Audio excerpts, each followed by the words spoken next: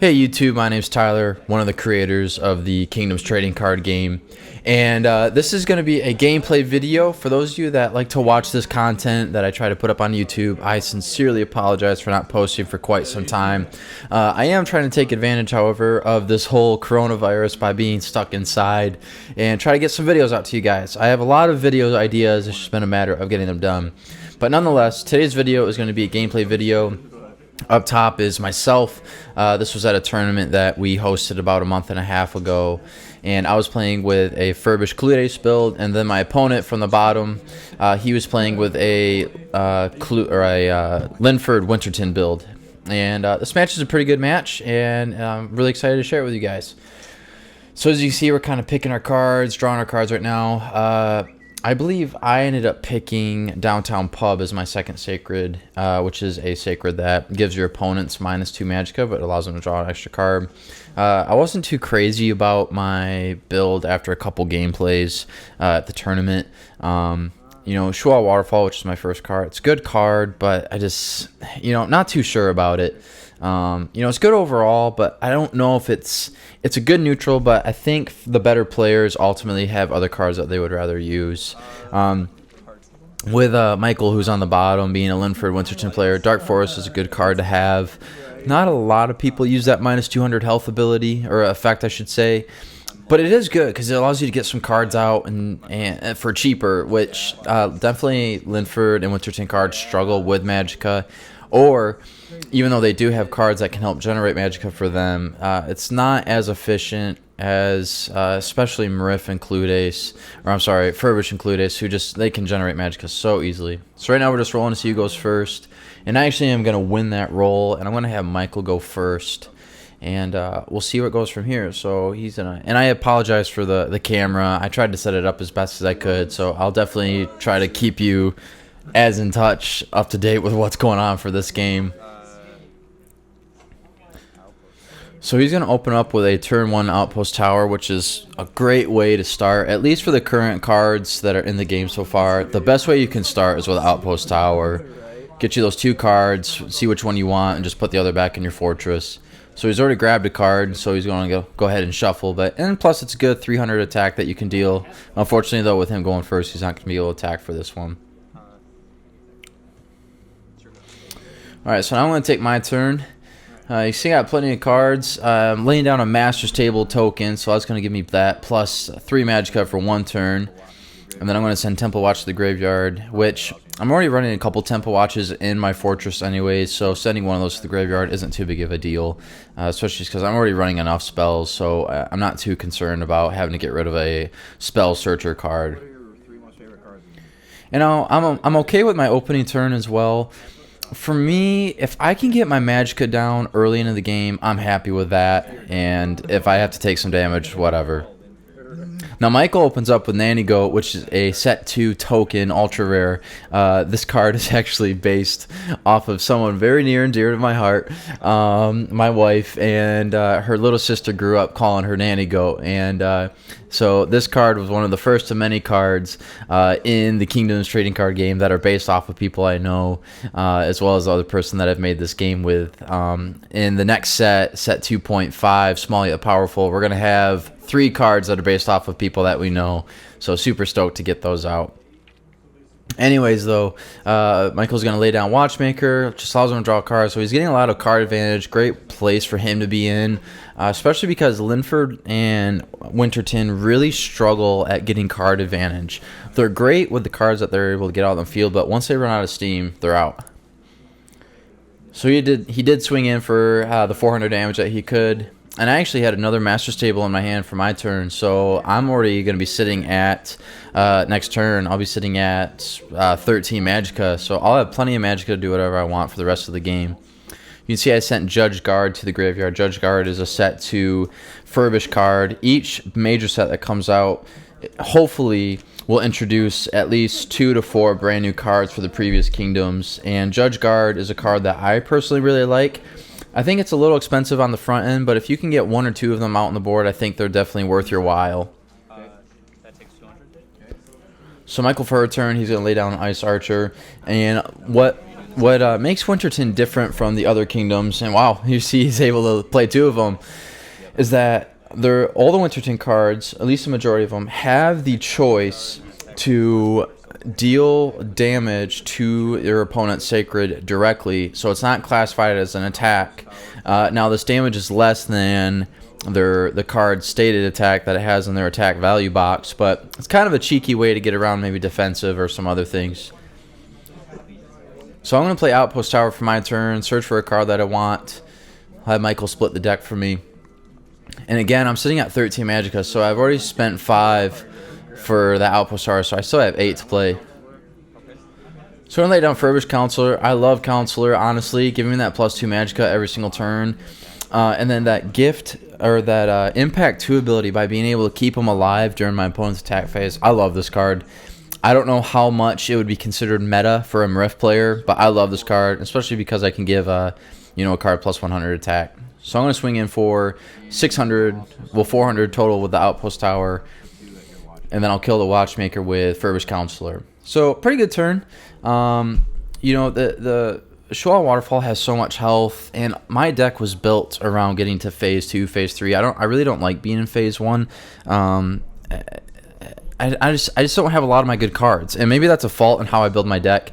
I know for a lot of the other players, if the longer they can stay in phase 1, the better. But the second place deck, which was a predominantly Cludes build, he really needed to milk phase 1 in order to get a good setup phase 2.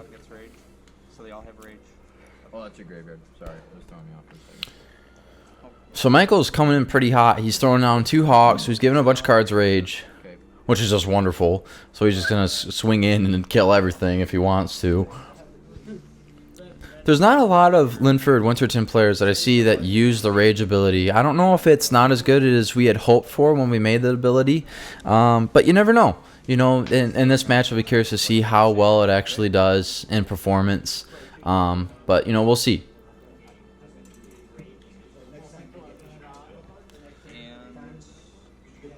They just go to the graveyard. Nope. Alright, so he actually will swing in with a couple of the cards to completely destroy my sacred. So now that puts me in phase 2. And again, Downtown Pub, set 2 card. A lot of people liked it, especially the Mriff and Cludes players. They really liked being able to make their opponent have less and less Magicka, even though they have a lot of Magicka themselves.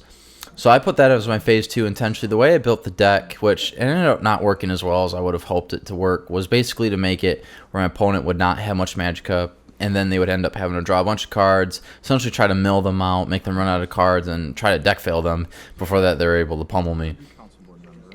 I'm going to play a phase 2 council board member. I do not like playing this card in phase 2. Thankfully, I am able to pull out a card. The card that I'm pulling out, sorry the glare, is Converter. Converter is a great card because it kind of stops your opponent from gaining momentum, especially because there's all the kingdom synchronization that starts to happen when you start to play cards of the same kingdom, and you see that a lot with Silvermoor and Estercrest. I know with Winterton we tried to make it where they work together a little bit better, but long story short, Converter is a great way to stop your opponent from being able to pump out more and more cards that are of the same kingdom. Wow. So I actually am going to come in with washaways. So what essentially I did was I used the council board member as ammo to make the washaways even more powerful. And for those of you that don't know, washaways is a battle card that says one call to the field, send all battle cards on the field to the graveyard, and then washaways attack and health is X times the number of cards sent to the graveyard. So washaways is a whopping 700, which for a phase 2 drop, that's pretty good. And I just got rid of 3 cards that have rage, so I'll take that.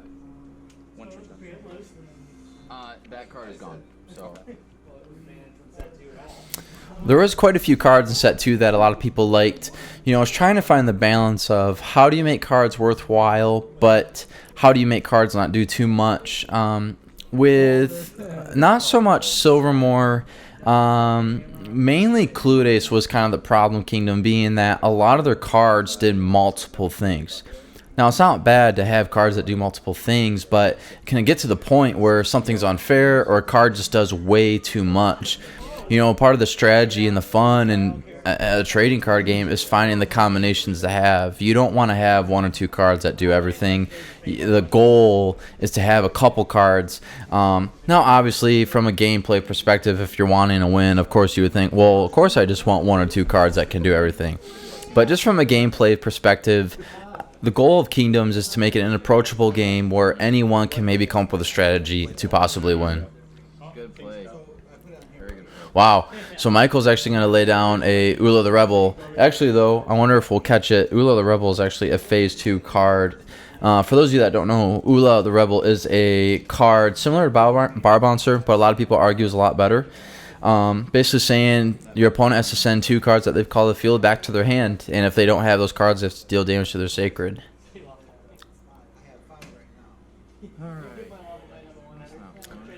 So even though I've made the game, clearly I can't catch everything, but that's all right. And I'm going to swing in for the 6 and take out your... Did ya? Yeah. It's okay. I'm going to swing in for 6 and kill your rebel.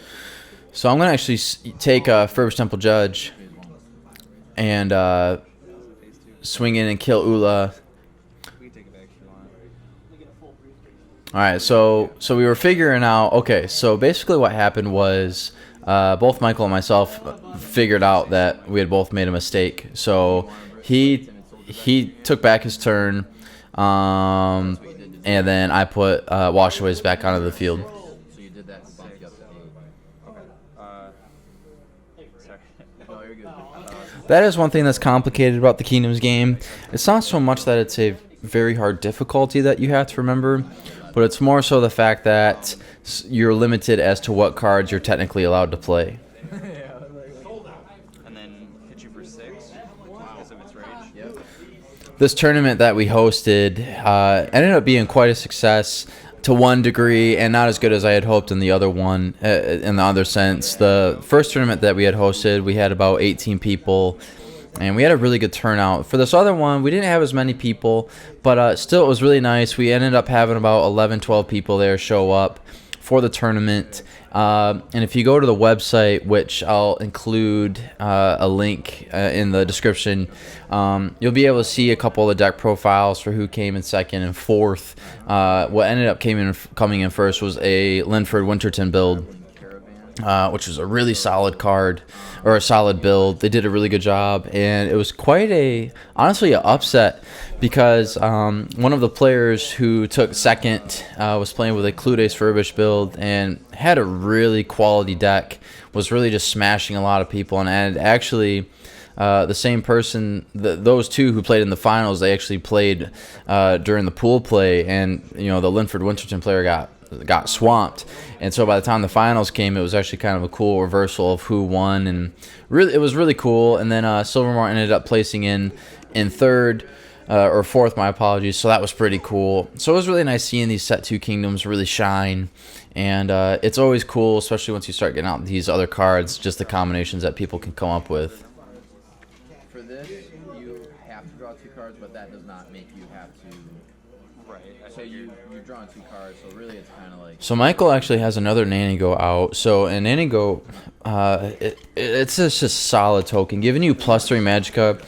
All the tokens, if a token is giving you more than 2 Magicka, then it has to have a negative effect. But with Nanny Go being ultra rare, its negative effect is that you just have to send X cards to the Forgotten, or X is the sacred phase that you are in. So really not too big of a deal, especially because he has Marketplace, so he's drawing 2 cards at a time, so he's doing just fine.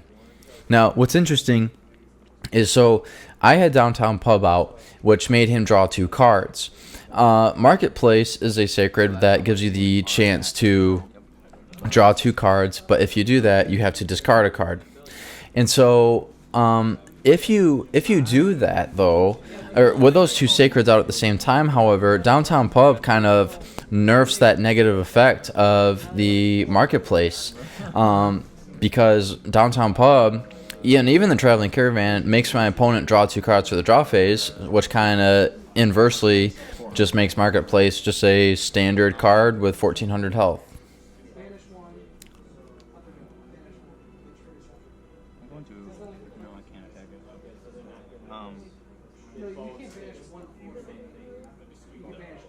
It's your go. So Michael played a Ula the Rebel, it looks like.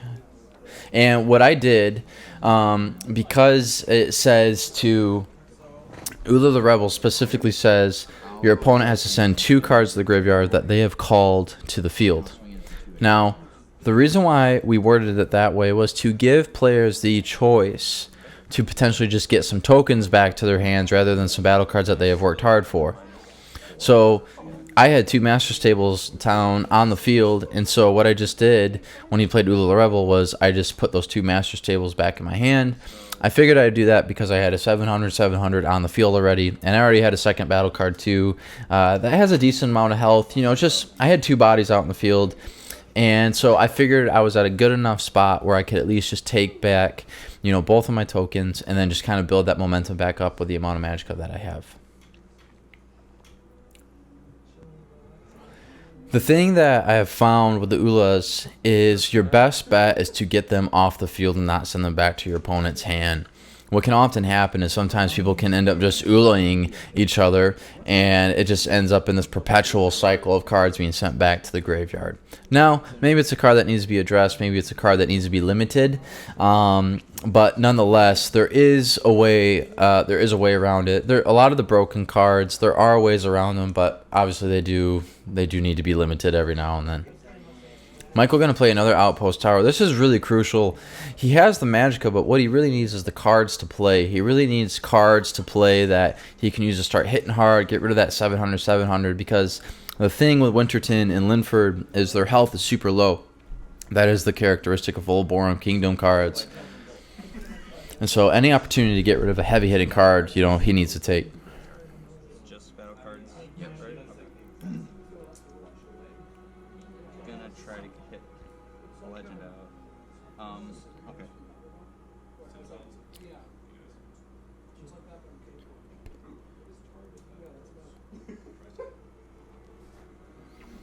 So Michael right now is trying to calculate if he can get a legend out.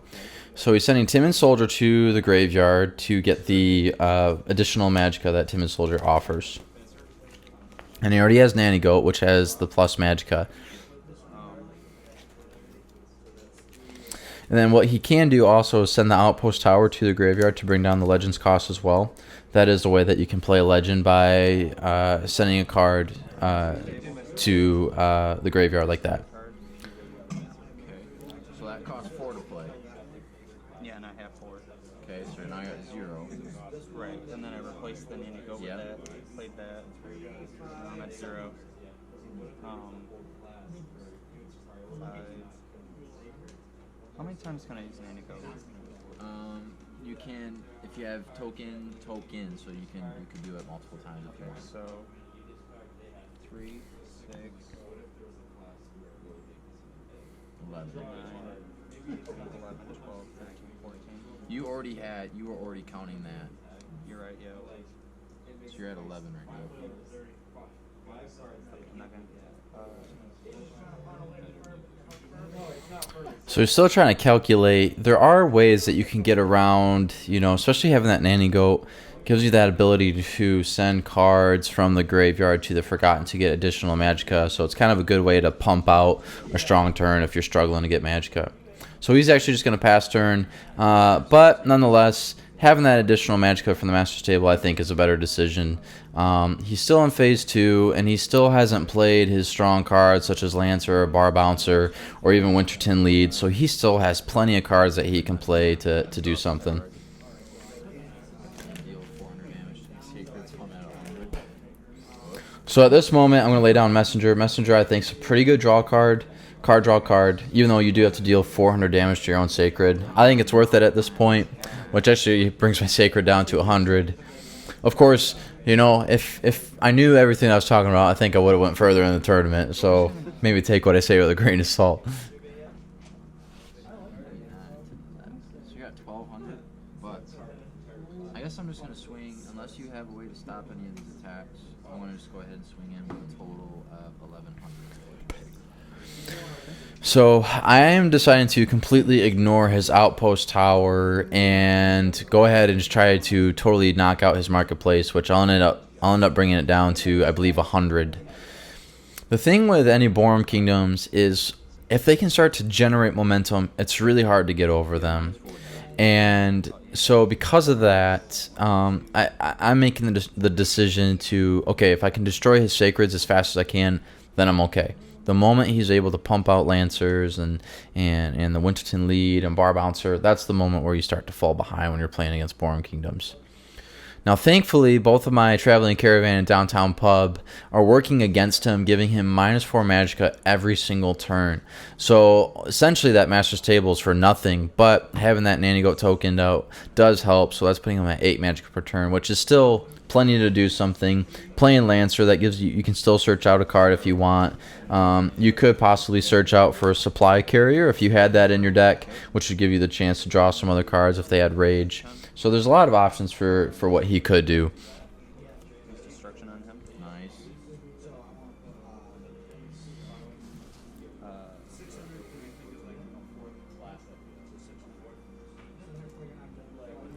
And then when you use the remaining 2, Okay. play Watchmaker. Okay. So Michael doing a really good job just using any excess Magicka he has to just get some card advantage. A lot of people do like the Watchmaker just because it's so cheap and it does allow you to draw a card. Personally, not a favorite of mine. I would rather use a different card in its spot, but you know, there's good justification for using it, you know, for it only costing 2. Now, the card that he did search out was a secret, so not too sure what that is.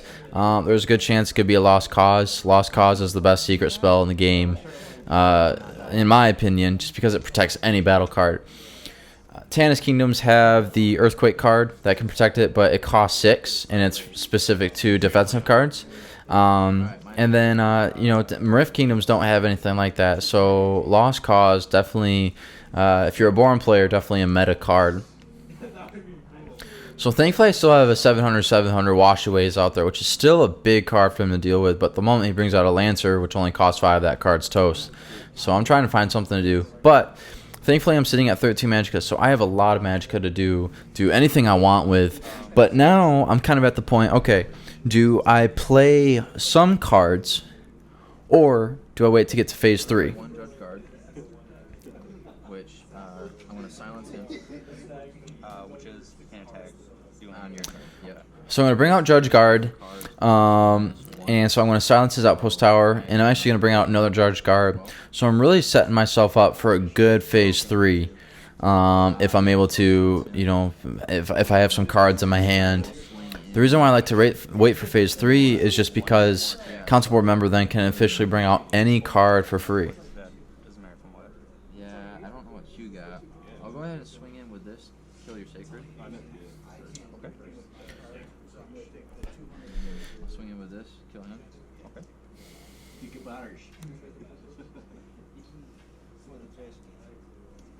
Swing in with him. Kill him. So I got 700. So I end up deciding to swing in with all 3 of my battle cards. That's the thing with secrets. You never know what it is. You know, I guess he just didn't have anything to use, or it's possible that he was saving his Magicka for his next turn. So for his 3rd Sacred, he is using a card called Queen Wintress's Necklace, which has Gift 3. In order to use that Gift 3 ability, though, he has to discard 2 cards from his hand. So I'll be curious to see if he does that. You know, he has used the Outpost Tower and the Watchmaker, so he has been able to get some cards in his hand. So I'm curious to see what he's going to try to pull off and do. Now, because Traveling Caravan is out, he no longer is at -4 Magicka for me. He's only at -2. But he's still, again, Borum Kingdoms can turn the game around so fast. And again, he has that secret out. I don't know what it is. And especially being a Marif player, you know, we try to use our spells a lot, but I don't have any secrets out, and there's no ability to play spells from the hand, so I'm really kind of at the mercy of just trying to play smart and hope that he doesn't have enough Magicka to do anything. Now, the hope, however, is if he can't get any cards out, I could potentially swing in and kill his final Sacred because it's only sitting at 1,300, and I have plenty of attack, thankfully, with all those cards that I was able to put out. Probably sitting at 1,700. But Mikel, of course, just showing what Borum is able to do. So he's going to bring out Winterton Lead. So that's going to allow him to search out a card and play something super cheap. And then he's going to bring out a Lancer. So then he's going to search for another card in his deck to see what he wants to do. And he's just really starting to, start the wave, start the momentum that is really hard to get over. That's nasty. I'm gonna get rid of Nanigo, so that way I can play Hawk. And give Lancer, or not Lancer, Winterton lead. Okay. And what's your... So bringing out the Hawk, he's going to give his Lancer Rage, so he's got plenty of attack to deal. So now it's a matter of who does he attack, what does he do, because he needs to preserve the Sacred. That's the difficult thing with, not being like a Tannis Kingdom, is you don't have defensive. So you really have to be, tactful on how, what cards do you destroy. He's going to have to destroy some cards on his turn, because then I'm going to be able to swing in and kill his Sacred next turn. That will kill him. Okay,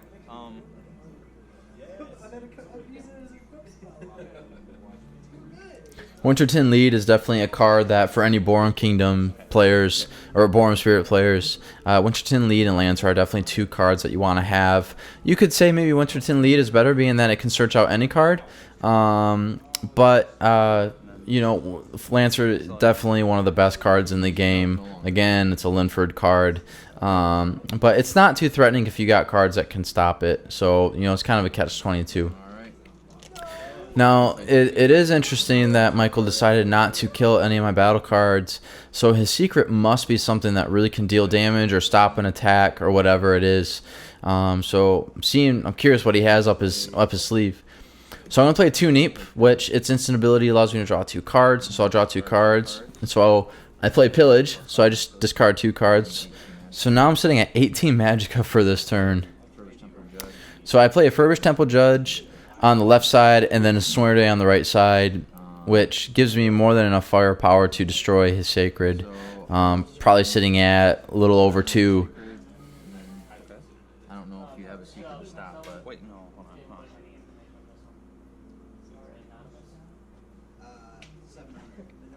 Mikel just looking at his secret to see if he can do that. For 9 at your Sacred.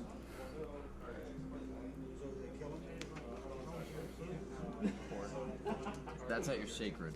Not attacking one of your battle cards. I thought it was whenever it attacks. Yeah.